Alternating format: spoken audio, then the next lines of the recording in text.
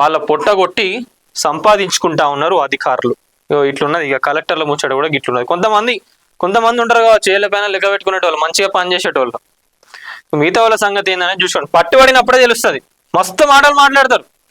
దొరకనంత వరకు కింగే. దొరకనంత వరకు ఎవరైనా కూడా కింగే. 100 మాటలు చెప్తాడు, వాళ్ళు చెప్పిందే నమ్మాలి, నీతివంతులనే అనుకోవాలి. వాళ్ళు మాట్లాడే మాటలు కూడా గట్లే ఉంటాయి. ఇట్లాంటివి రాకుండా మేము మంచోళ్ళ మంది తెలవడానికి ఏం చేస్తారంటే వెనకాల కొన్ని ఆర్గనైజేషన్లు పెట్టుకొని సోషల్ సర్వీస్ నడిపిస్తూ ఉంటారు. ఇక ఇన్ని కోట్లు సంపాదించినప్పుడు లక్షలలో ఖర్చు పెడితే, లక్షలు వేలలో ఖర్చు పెడితే పెద్ద ఫరకేం పడదు కదా. అరే జర మంచి పేరు అని వస్తుందని చెప్పి గిట్లాంటి కథలన్నీ పడతారు. దొరికినాక గిట్లు ఉంటుంది ముచ్చట. ఇక వంశీమోహన్ ఈయన ముచ్చట ఏంది?